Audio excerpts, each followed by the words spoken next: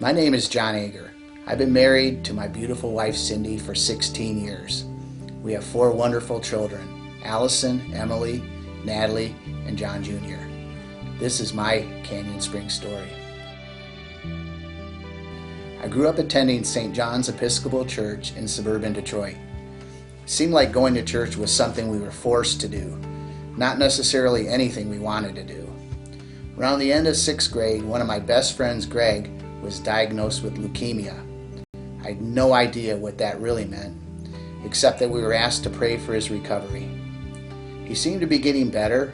We all attended a University of Michigan football game. Then later that week, my mom told me he was dead. I couldn't believe it. I thought you prayed and kids got better. At Greg's wake, I remember feeling sad, empty, lonely, and lost. There was alcohol being served, and I noticed that the people drinking didn't seem to be as sad. Well, no one said anything when some of us boys decided to try some beer. Unfortunately for me, I found that alcohol relieved that sad, empty, lost, and lonely feeling. For the next 35 years, alcohol, slowly at first, then rapidly toward the end, became my answer for all my feelings. My true spiritual journey started August 9th, 2007. I thought my life was over as I sat in a room listening to the people who meant the most to me in my life tell me I had to get help with alcohol addiction or else. I was angry beyond belief. How could this be happening to me? I wasn't that bad. I wasn't hurting anyone but myself. I spent the next 28 days in a rehab facility learning just how wrong I was. I had hurt everyone I loved with my selfish behaviors and attitudes. It was at that facility that it was suggested that I find a God of my understanding to relieve my obsession to drink. I never thought God would be the answer. I had made a lot of mistakes in my past.